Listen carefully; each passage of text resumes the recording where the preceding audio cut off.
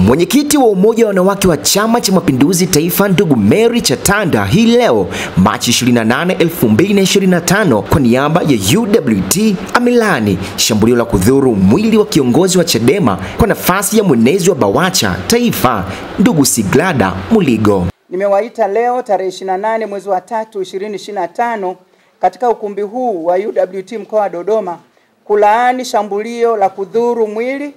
alilofanyiwa mwenezi wa baraza la wanawake la Chadema Bawacha ndugu Siglada Muligo. Kwa mujibu wa taarifa iliyotolewa na kamanda wa polisi wa mkoa wa Njombe tarehe 26 mwezi wa 3 2025 kuhusu tukio hilo, alieleza kuwa ndugu Siglada Muligo ameshambuliwa na mmoja wa walinzi wa chama hicho anayefahamika kwa jina la Noel Olivale baada ya kutokea mzozo ndani ya kikao cha ndani cha chama hicho. Kwa kuwa UWT, moja ya madhumuni na majukumu ya UWT pamoja na mengine, na kwa mujibu wa kifungu cha F na nukuu, chombo cha ukombozi wa wanawake wa Tanzania dhidi ya unyanyasaji, unyonyaji, ukandamizaji, uonevu na mila zote zinazorudisha nyuma maendeleo ya wanawake, mwisho wa kunukuu.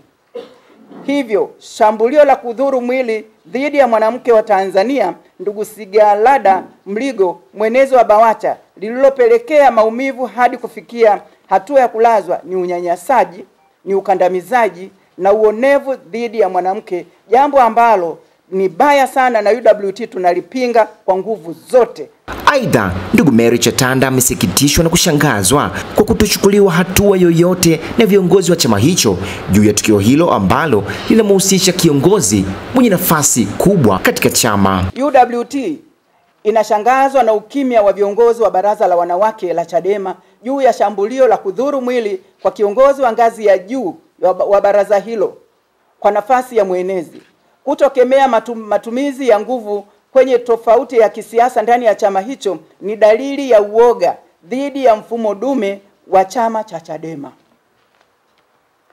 Kwa kuwa sheria ya vyama vya siasa ya mwaka 2023 imevitaka vyama vya siasa kuanzisha dawati la jinsia, tunaiomba ofisi ya msajili wa vyama vya siasa kufuatilia kwa karibu uanzishaji wa madawati hayo na utekelezaji wa majukumu yake ili madawati hayo yawe na uwezo wa mamlaka ya kuchukua hatua dhidi ya vitendo vya unyanyasaji, ukandamizaji, uonevu na kadhalika dhidi ya wanawake, kama ilivyotokea kwa mwenezi wa Bawacha kushambuliwa akiwa kazini anatekeleza majukumu ya kisiasa ndani ya chama chake. Ameyasema hayo hii leo wakati akizungumza na vyombo vya habari katika ofisi za CCM mkoa wa Dodoma. Mimi naitwa Rami Ramsey. Hii ni Ngasa TV.